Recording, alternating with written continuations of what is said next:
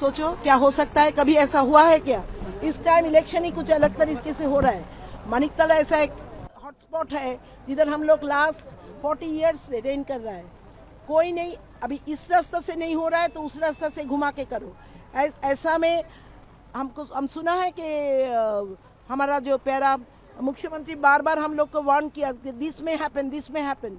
So I came here in the assembly for my last meeting, and when I was going, I found everything is in normal position. Suddenly in the evening I saw that Kunal is shouting that somebody is roaming about there who are not known to us.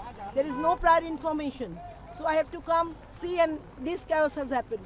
When all the BJP candidates, their election agent, everyone is there inside, no problem. But they're not allowing my election agent to go inside.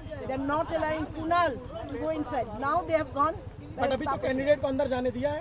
अभी दिया है, जब तापस को दिया है तब वो लोग भी गया। ऐसा हो नहीं सकता। This discrimination shouldn't happen. It should be a normal healthy election. What is happening? We have not seen such type of election in our. Ma'am ये बताइए क्यों ऐसे हो रहा है इस तरीके से हुड़दंग यहाँ पे?